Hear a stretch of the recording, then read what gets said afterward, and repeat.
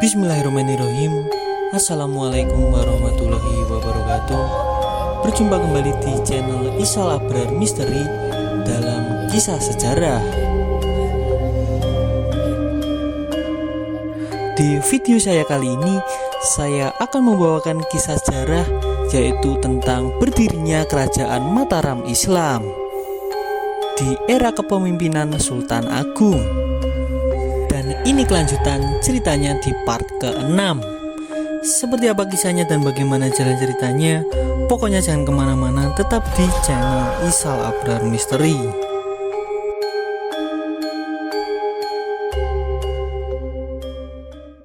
Pada tahun 1575, Ki Ageng Pemanahan mangkat dan digantikan oleh putranya, yaitu adalah Sutawijaya. Setelah Ki Ageng Pemanahan wafat pada tahun 1576, orang utusan dari Pajang tiba untuk menanyakan kesetiaan Mataram. Hal tersebut dilakukan mengingat setahun setelah mangkatnya Ki Ageng Pemanahan, Sutawijaya tidak menghadap Sultan Hadiwijaya. Utusan dari Pajang tersebut tidak diperdulikan oleh Sutawijaya karena Sutawijaya memang ingin menjadikan Mataram sebagai kerajaan merdeka.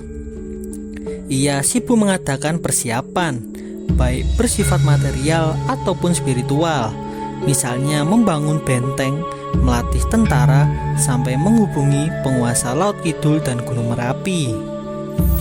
Pada saat itu Sutawijaya memegang kekuasaan Mataram. Ia melakukan penaklukan ke berbagai wilayah. Masa pemerintahannya cukup panjang, yaitu di tahun 1584 sampai dengan 1601. Setelah pengaruh kekuasaan Pajang surut, Panembahan Senopati menyatukan wilayah-wilayah yang melepaskan diri dari kerajaan Pajang di bawah kekuasaan Mataram. Kemudian penguasa Mataram ini melakukan penaklukan ke wilayah timur seperti Jepara, Madiun, Kediri, Bojonegoro, dan sebagian di Surabaya.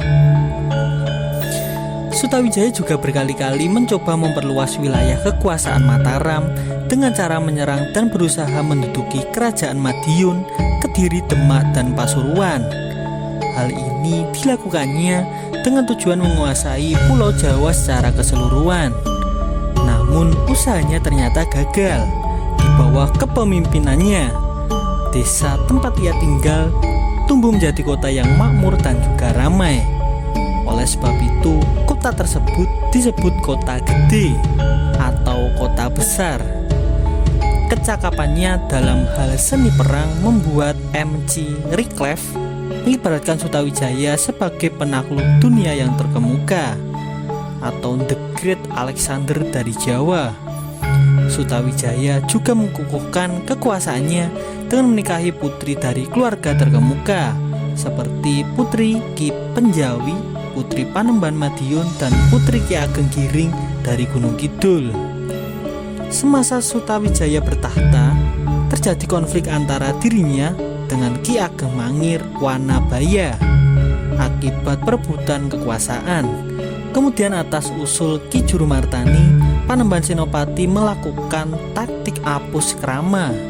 Taktik apus krama merupakan taktik yang dilakukan oleh Panembahan Senopati untuk menghadapi Ki Ageng Mangir Wanabaya dengan cara mengirimkan Putri Pembayun, anak sulungnya, untuk menjadi penari tayub. Hal ini bertujuan memikat hati Ki Ageng Mangir. Ki Ageng Mangir yang tertarik kemudian berniat untuk menikahinya. Mau tidak mau, ia pun harus menghadap ayah mertuanya, yang tidak lain adalah Panembahan Senopati. Saat Ki Ageng Mangir sungkem kepada Panembahan Senopati, kepalanya kemudian dibenturkan oleh Panembahan Senopati ke singgasana Watu Gilang hingga tewas. Makam Ki Ageng Mangir berada di komplek makam Kota Gede. Makam Ki Ageng Mangir dibuat secara unik. Sebagian bangunan makam berada di dalam benteng dan sebagian lainnya berada di luar benteng. Hal ini dikarenakan Ki Ageng Mangir dianggap sebagai musuh, tapi sekaligus anggota kerabat kerajaan Mataram. Ki Jurumartani sebagai penasehat ternyata kerap kali mengingatkan Sutawijaya untuk menghadap Sultan Pajang. untuk melaporkan kematian ayahnya. Laporan tersebut kemudian diterima oleh Sultan Hadiwijaya. Sutawijaya lalu ditunjuk sebagai pengganti ayahnya menjadi petinggi Mataram dan berkedudukan di Kota Gede. Ki Jurumartani tetap bertugas sebagai orang yang mengembani Sutawijaya. Pada saat melapor tersebut, Sultan Hadiwijaya mengingatkan kepada Sutawijaya agar jangan lupa untuk menghadap ke Pajang setiap tahun sebagai tanda kepatuhan. Sepulangnya dari Pajang, Sutawijaya memerintahkan orang-orang Mataram untuk mencetak bata karena ia bermaksud mendirikan benteng di Mataram. Sutawijaya membangun benteng dalam atau disebut Cepuri yang mengelilingi keraton dan juga benteng luar atau Baluwerti yang mengelilingi wilayah kota yang luasnya kurang lebih sekitar 200 hektar. Di sisi luar kedua benteng ini dilengkapi parit pertahanan lebar seperti sungai dengan luas sekitar 400 kali 400 meter persegi. Selanjutnya Sutawijaya membangun kekuatan militer untuk menjaga dan melindungi wilayah kekuasaannya. Ia juga membenahi penyelenggaraan tata kota dan organisasi rumah tangga di daerah kekuasaannya. Bahkan ia juga mengangkat Ki Jurumartani sebagai penasihatnya. Dalam kesibukan mendirikan benteng, ia pun lupa akan kewajibannya menghadap Sultan Pajang. Sutawijaya sebenarnya memang segan menjadi bawahan Sultan Pajang, namun ia masih takut kepada Sultan Hadiwijaya. Terlebih Sultan Hadiwijaya adalah ayah angkat dan gurunya dalam ilmu keperwiraan. Sikapnya terhadap Sutawijaya pun baik, sehingga Sutawijaya merasa banyak berhutang budi. Ki Jurumartani yang sangat setia melaksanakan pesan petinggi Mataram sejak Ki Ageng Pemanahan tidak lupa memperingatkan Sutawijaya akan kewajiban sebanya di Pajang. Namun peringatan itu tidak diindahkan. Tokoh muda itu mengetahui kelemahan Pajang dan karena itu bermaksud mengambil keuntungan. Ia menyatukan beberapa daerah yang tidak suka berlindung di bawah kekuasaan Pajang dan menghalang-halangi bupati daerah yang letaknya di sebelah barat Mataram yang akan mempersembahkan upeti ke Pajang. Sutawijaya memerintahkan orang-orang Mataram mencegat orang-orang Kedu dan Bagelen yang membawa upeti ke Pajang lewat Mataram. Mereka membujuk supaya singgah di Kota Gede. Sesampainya di Kota Gede, mereka diterima sendiri oleh Sutawijaya dan diajak berpesta pora. Dengan demikian, ia memperoleh simpati para pembesar dari daerah Kedu dan Bagelen. Sebagian di antara mereka membatalkan maksudnya seba ke Pajang karena lebih senang mengabdi kepada Sutawijaya. Tentu saja Sultan Pajang tidak suka terhadap tindakan tersebut. Hal yang sangat menarik perhatian ialah bahwa Sutawijaya bertapa di pantai Laut Selatan yang merupakan muara sungai Opak. Dalam tapa itu dikisahkan bahwa ia bertemu dengan Nyai Roro Kidul. Perkawinan dengan Nyai Roro Kidul tidak dapat dilangsungkan. Akan tetapi Nyai Roro Kidul berjanji akan memberikan bantuan setiap saat Sutawijaya memerlukannya. Setiap kali ia mengheningkan cipta dan memanggil Nyai Roro Kidul, bantuan yang diperlukannya pun segera datang.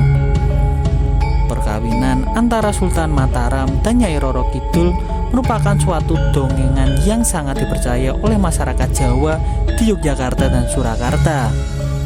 Kebiasaan bertapa di tempat sunyi itu pada hakikatnya tidak lain dari kelanjutan kebiasaan para resi pada zaman Hindu Jawa. Sutawijaya masih banyak menurutkan adat tersebut. Ki Jurumartani bertapa di lereng Gunung Merapi.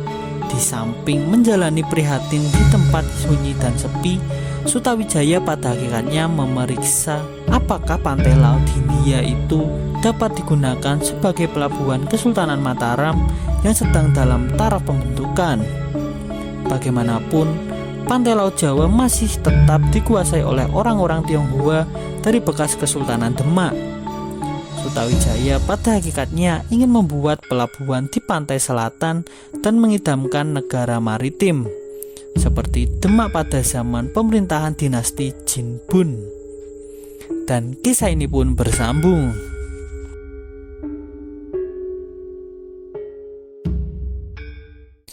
Demikianlah kisah sejarah kali ini. Tak lupa saya juga memohon maaf apabila ada kata-kata yang kurang berkenan di hati teman-teman semua. Sekali lagi jangan lupa untuk mendukung channel ini dengan bentuk like, komen, dan juga subscribe. Semoga kebaikan teman-teman semua bisa mendapatkan pahala dari Allah Subhanahu wa Ta'ala. Amin amin ya robbal alamin. Dari saya cukupkan sekian. Wabillahi taufiq walhidayah. Wassalamualaikum warahmatullahi wabarakatuh.